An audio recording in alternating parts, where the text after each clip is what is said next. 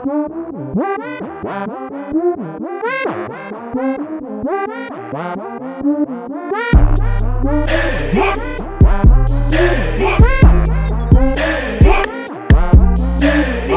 YouTube is your boy Rome back with another video. If you're new to the platform, welcome to the tribe. By the end of this video, I hope you subscribe. So today is going to be a little bit different. It's really not going to be a reaction video. I actually was having a really long conversation with my mother the other day because, as you guys know, my father passed a couple years ago and his birthday is June 14th. What you just saw is the mixtapes that I drop every year now since he's passed away. Um, and, obviously we're going over memories and stuff. And one of the things that I've noticed since he's passed away is that how much more I've learned, what he's done for us, how he treated my mother. And, my mom watches the channel as well. So she kind of views everything the same way I do, especially with women and, their money requirements and stuff. And we had that kind of got into the discussion as well. Dude, we talked for like an hour and a half, and I wasn't even really thinking about recording the conversation until it was about maybe like the last 25 to 30 minutes. But I think the reason why I wanted to share this with you guys is, especially for the female hate watchers, maybe they'll get a better understanding of why I have the stance that I have, because I was raised by parents that worked together, brought their money together, and they actually liked each other. They weren't just with one another because of what one person was doing for another. And I guess because I grew up in a house with parents that genuinely liked and cared for one another, and they weren't with each other just because of the money. Or should I say, she wasn't just with him because of the money, because my mom ended up making more money than my dad. I think sharing this and hearing my mom speak about relationships will maybe give those women a better idea where I come from and why I stand on what I stand on. And I'm not here to try to change their mind or anything, but maybe they won't see like, oh my God, maybe they won't see me as this woman hater that they try to portray me to be. So I'm just gonna let this video rock out, and thank you guys for continuing to support, and everybody that um, you know the birthday wishes and rest in peace sentiments to my father. I appreciate that as well. Um, Without further ado, let's go ahead and get into it, man. Thank you guys, man. I really do. I really appreciate it. I said, because God gonna always give you some money. But I thought to myself, to be with somebody because you think they got some money, that's crazy. That is crazy. And to have that attitude, like you all that. Like Mama said, you got to bring more, and and your grandma was very outspoken. You got to bring more than your ass to the table. Jerome, the first time I heard her say that, I'm looking at her like, huh? She said, look, you want to keep a man, you got to bring more than your ass to the table. She said, they excited about that at first. She said, but then after that, you can't cook, you can't clean, you can't raise no kids, you can't hold a conversation, you can't talk to other people. They ain't going to be bothered with you. And that's why me and your dad always got along. Because I can talk to anybody. When I met Drew and all of them, he would just stand there with a smile on his face. Because he knew I could talk to anybody. That's just like when you got older and he would take you around through them. And you sit there talking sports and stuff. He told me, you should have heard Jerome. And Jerome doing this, and Jerome saying this, and that, because that's what he liked about you. Because you could be articulate with people. And that's what I tell people. These women, I thought to myself, because anybody can put some hair on, some makeup on. Like my Facebook page, Cindy and them took me out to dinner. I put that page on there, and this one girl I used to work with, she messengered me. And she said, Bev, happy birthday. She said, how old are you now? And then I said, 70. And she come back, she said, you kidding. And then I said, I just clean up good.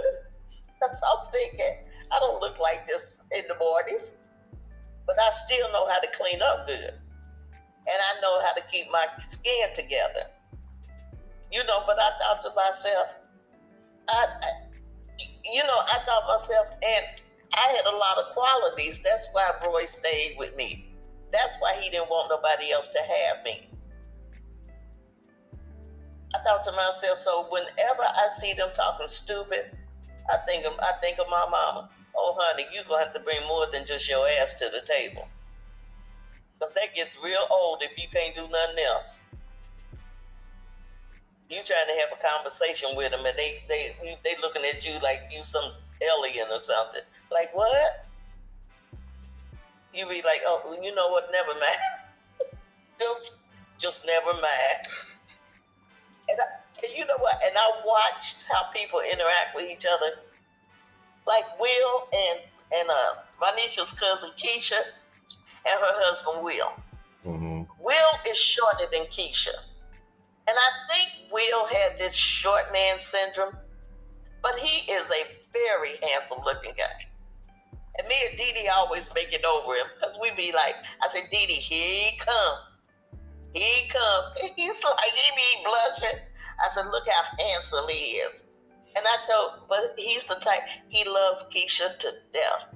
And I told Keisha, I said, now, I said, I said, it takes a lot to stay married. I said, men are like this. You have to let men know you love them because there's something about men that they have to know that. I said, women, we know a man loves us by the way he takes care of us, and he don't even have to say, I love you. I said, but men have to sometimes hear, because your dad was like that for a long time, Jerome. It's like I had to tell him that. And I said, why do I always have to say I love you? All the stuff I do for you, you don't think I love you? But then I thought myself, well, maybe that's part of being a man. And Will is just as sweet as he can be.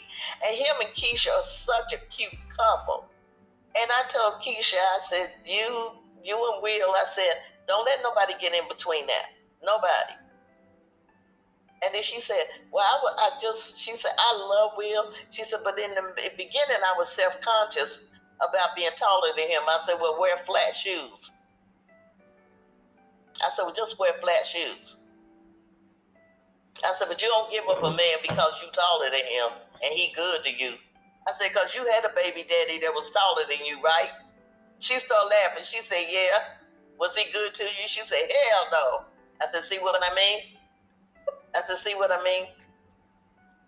I said, Janine's daddy was tall, 6'4". I said, Keisha, y'all ain't never seen him with me, have you? She said, no, ma'am. I said, but you seen me with Buddy Craig, didn't you? Yeah, I seen you with Buddy Craig. I said, see what I mean? And Buddy Craig wasn't real tall. He was only 5'6". I said, so you can't judge a person by their height. I said, and he handsome. I said, and don't you think ain't other women? I said, now I know you think me and Dee Dee just playing, but for real, he is handsome. She started laughing. I said, don't take me and Dee Dee as we just joking. She told me, you so bad. I said, honey, when a man is handsome, he's handsome.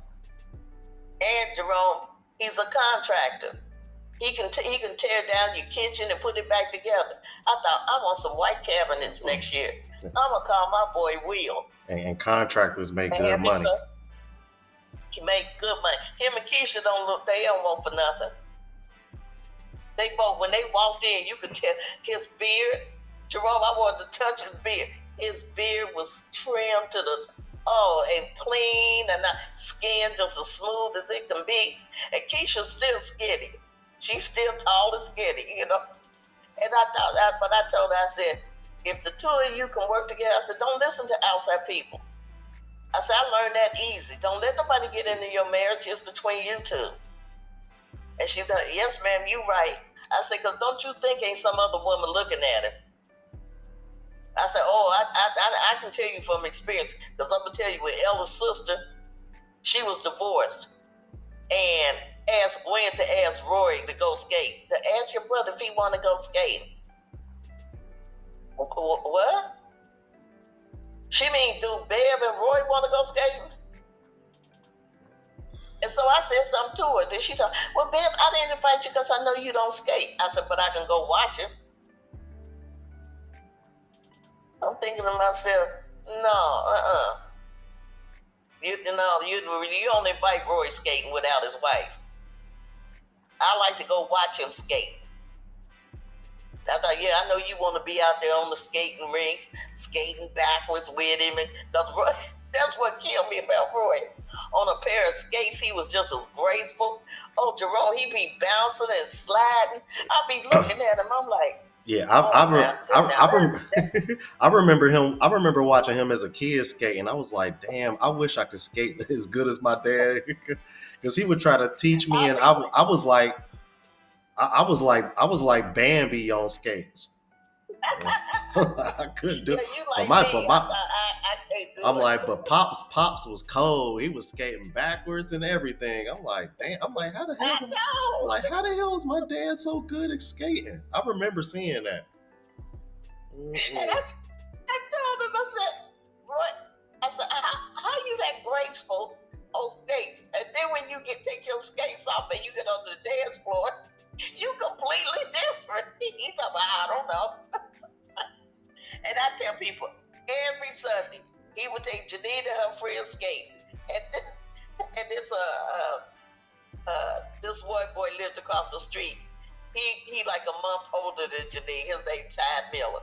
And Ty would see me and he grabbed me and hugged me and he talking about, I remember when Mr. Roy used to take us skating every Sunday. He talking about we have such a good time. He said, I couldn't wait till Sunday afternoon. He talking about, because we going skating. I said, yeah. He said, and the thing is, he'd be out there skating with us. He said, and he could outskate all of us. I said, yeah, I know. I said, yeah. And when Roy, we went to Jamira's, skate, when she had a skating party. I can't remember how old she was, because Jamira is just fearless. You know, I'm scared for her because she had to be young, and I'm scared for her out there going skate. And you know how they had the things. I thought they looked like plastic walkers. I thought that's what I needed to be. That's what I need to be out there with, that walker thing. And so when she out there skating and she's skating with and she holding on to this, then the next thing I know, she took it and slid it across to this little boy, and she go ahead and keep skating. He skate, then he slide it back to her like they had a routine. And I told Janine, I said, look at her. She just a skating. I said, see, Jamira is just fearless. She ain't scared of nothing. Roy wanted to get out there and skate so bad, but I knew he wasn't strong enough to do it. It was killing him. To give up skating, to give up bowling, I thought to myself, I really felt bad for him because I thought he loves that, and he can't do that anymore. I tell people, I said, and when you see a person go down from this vibrant person they used to be, that's hard to take. You know, it's hard for them, but it's hard for you to take too. You know, and but that's what I told Keisha. I said, marriage is not easy; it's work. I said, you have to work at it. I said, anybody tell you that you don't have to work at it? And Rodney was sitting there, and Rodney said, yeah, ask me. I know I've been married twice, but he wanted Janine to hear that because, he was talking to Janine and stuff. But I can tell that Janine, I guess she being respectful. I guess I don't know because Ebony's there too, and her and Ebony cool. Uh, but Dee Dee said, Dee Dee told me later. Dee Dee said, "I'm gonna tell you something." I said, "What?" She said, "Rodney still loves Janine." I said, "I know. I know." She said, because you could just see how he looks at her. I said, well, they've been knowing each other since they were teenagers. I said, and then that love just don't go away. You can love another person. He loves Ebony. I said, but he still loves Janine, and that's okay. Because that way they're still friends. because they laugh and talk, but Janine would just get up and be moving around, cleaning up and stuff. So me and Dee Dee did most of the talking with Rodney. But Rodney told me, yeah, ask me, I've been married twice. It is work. And so then Keisha was like, she talking about, so Grandma Booby. I said, yeah. So would you get married again? Nope. She said, you wouldn't? I said, nope, I done got too old. She told me, you ain't too old. I said, yes, I am. I said, I'm 70, honey. I said, I'm too old. And then she told me, that ain't too old. I was like, no. I said, no. I said, it wouldn't be fair. I said, because I would compare him to Roy all the time, and that wouldn't be fair to him. I said, so no. I said, that's okay. I said, now, if you can get Idris Elba to come, I said, because Keisha, I can't have no man. I said, I can't have no man older than 65, and he got to be healthy. I said, because I'm already walking with a cane and sometimes with a walker. I said, so I need a man that's healthy, and he can't be older than me. I said, I don't want no old man. I can't have it. Keisha laughed, and I said, but if you see Idris Elba around anywhere, and he done left his wife, let me know. She talking about, okay, sure thing. I was like, I told her, I said, but no, honey, I don't want to be married again. I'm good. Okay, but I was happy for you. But I did tell Ronisha and Dion, y'all got to put a little speed on it, because I got to be cute. I got to be the grandmother of the bride. When I walk in, and they be like, who is that lady? That's Ronisha's grandma. What? Dion just be dying laughing. He's talking to her back. I said, what?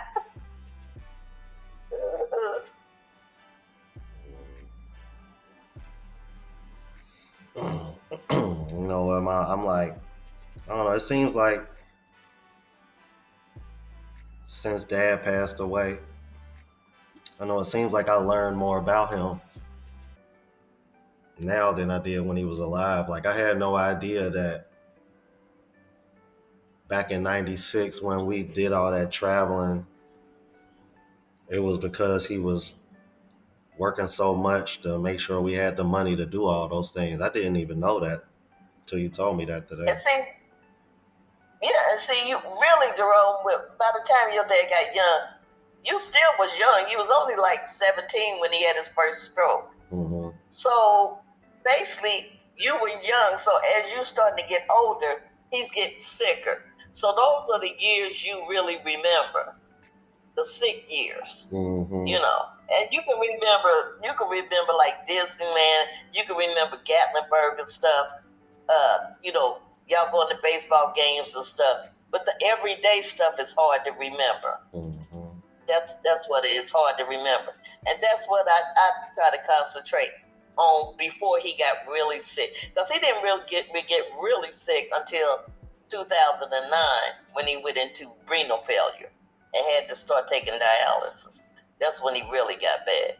So, I tell people, I said, but yeah, the 70s, the 80s, the 90s, I said, them was some good years. I said, because I said, we had a good time. I said, I cannot tell people that I didn't do nothing. I said, if I died today, I can't complain. I've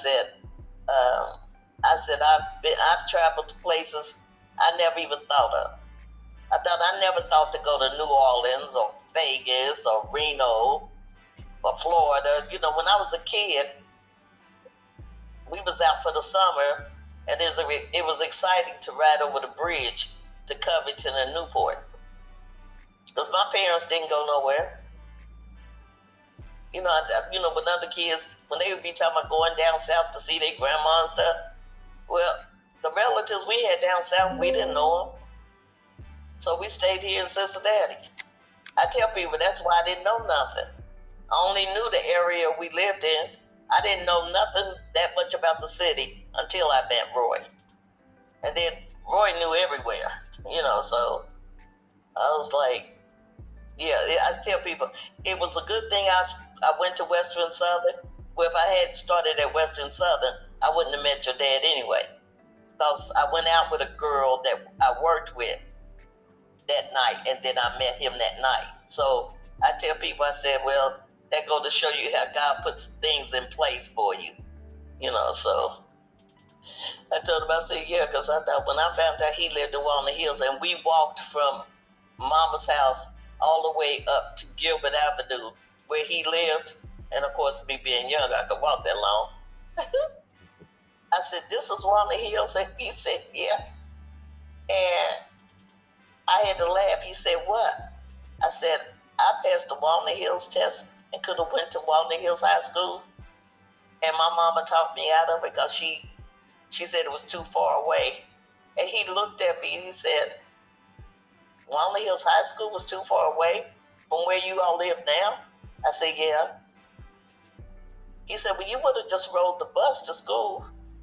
I said, I know that now. He just kind of looked at me like, duh. I said, well, Roy, my mama didn't really never let us go anywhere, And I think when I met your dad, mama knew she was losing that grip on me because he knew so much stuff. He knew, he knew how to go places and stuff. So I think that was the thing. Hold Him being older on. than me, so So let me ask you so this. So you mean to tell me you really didn't start traveling like that or go to church till you met my dad? exactly. I joined St. Mary's Church in August of 1976. I got baptized. Because when we was growing up, we would go to church with other people in the neighborhood, but we didn't belong to any church. We didn't even have a certain faith. I didn't become Baptist till 1976. I knew of God. My mama always talked about God. My grandmother played gospel music. But just to get up on a Sunday morning and go to church, we would go to church with Larry and them because his grandfather was a preacher. We would go to church with them sometimes. But it wasn't anything on a regular basis.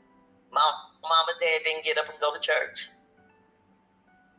And what you really think, being born in the 50s and stuff, you would think that my parents would have been church-going people, but they weren't.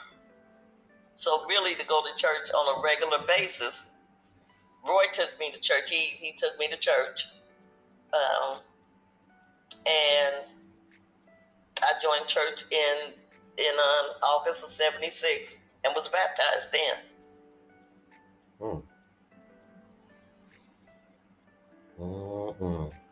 Yeah, so I tell people, that's what I tell people. I literally grew up with Roy.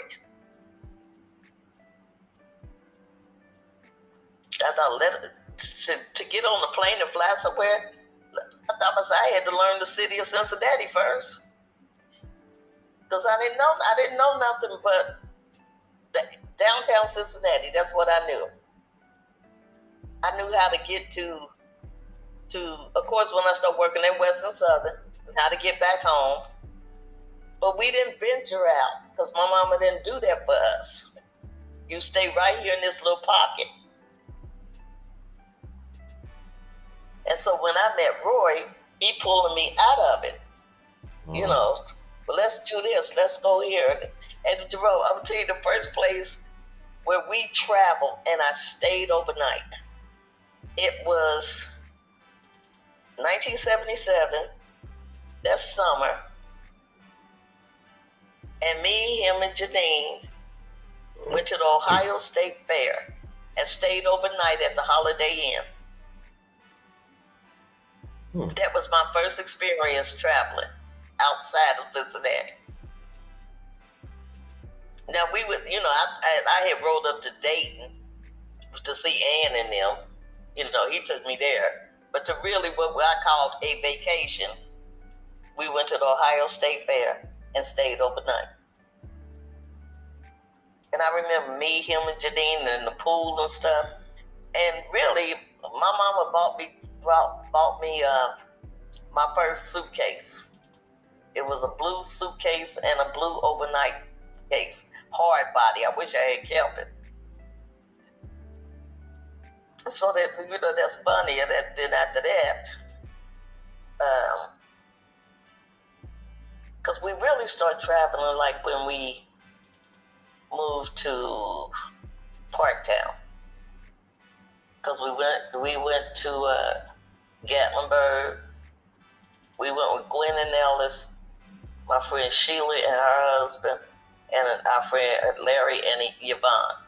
And we went to Gatlinburg and we rented a chalet. And then that's later that summer, we went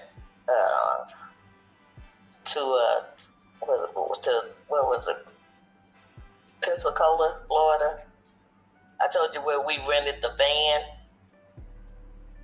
Not the van, but a bus, a 14 passenger van. Oh yeah, I And remember it that. was, yeah, and so that was 1984. Because I got pictures and stuff upstairs. And all of us stayed at the Days Inn. We had such a good time. Jerome, we was in the pool every day. We ate good. I thought they had a picnic. That picnic, oh, they was frying fish. They had ribs and stuff. We had a good time. And that's that was the trip where Eric fell in love with his cousin, because he kept talking to this girl and stuff. And he said something to Gwen about I really like her. Gwen said, "You do know that's your cousin, right?" I was like, oh, no, he is such a doofus. We had such a good time. Oh, like, oh. Mm-hmm. It's crazy. Yeah. Well, like dad, I'm like dad would have been what 78 this year. Yeah. No. Yeah, because Mama's birthday was yesterday, and she would have been 88, and your dad would have been 78 this coming Saturday. Mm.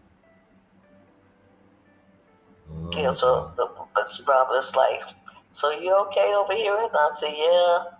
I said, I miss him. I said, but I said, I know he in a better place. I said, because he he wasn't even himself anymore, I said, but I do miss him. I said, but it's okay. I got a lot of stuff sitting out to make me remember. I told him, I said, and I dream about him all the time. He said, you do? I said, yeah. I said, but he has not brought me a number yet. I'm waiting for a number. He started laughing. I said, no, seriously. I just need one good number. Oh goodness.